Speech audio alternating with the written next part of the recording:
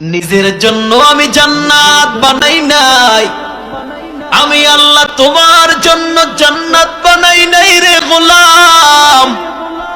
আমি আমার ইবলিসের সাথে ঘোষণা দিয়েছিলাম, আমার ইবলিস বারবার বারবার এই আদম সন্তানগুলোকে ধোঁকা দিবে, আর আমি আল্লাহর কদমে কপালটা লাগাইতে দেরি।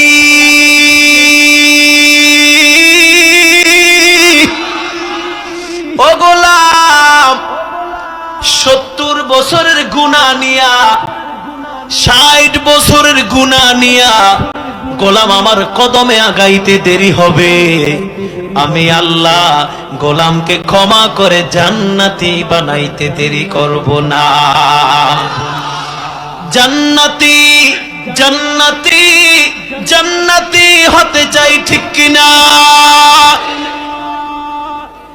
আমার আল্লাহ বলে, গোলাম আমি শুধু তোমার জন্য জান্নাত বানাই নাই, আমি আমার প্রত্যেকটা গোলামের জন্য জান্নাত বানাইছি।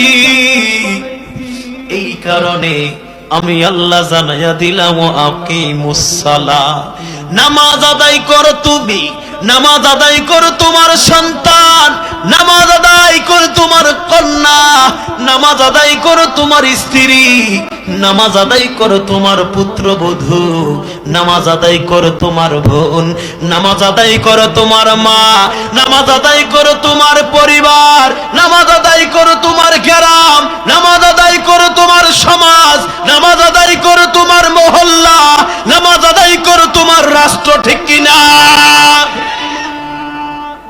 আমার জীবনের প্রথম এত সুন্দর ওয়াজ, করুণ সুরে ওয়াজ, আমাকে অনেক ভালো লাগছে। আশা করি আপনাদেরকেও ভালো লাগছে। তো ভিডিওটা শেয়ার করে দেবেন।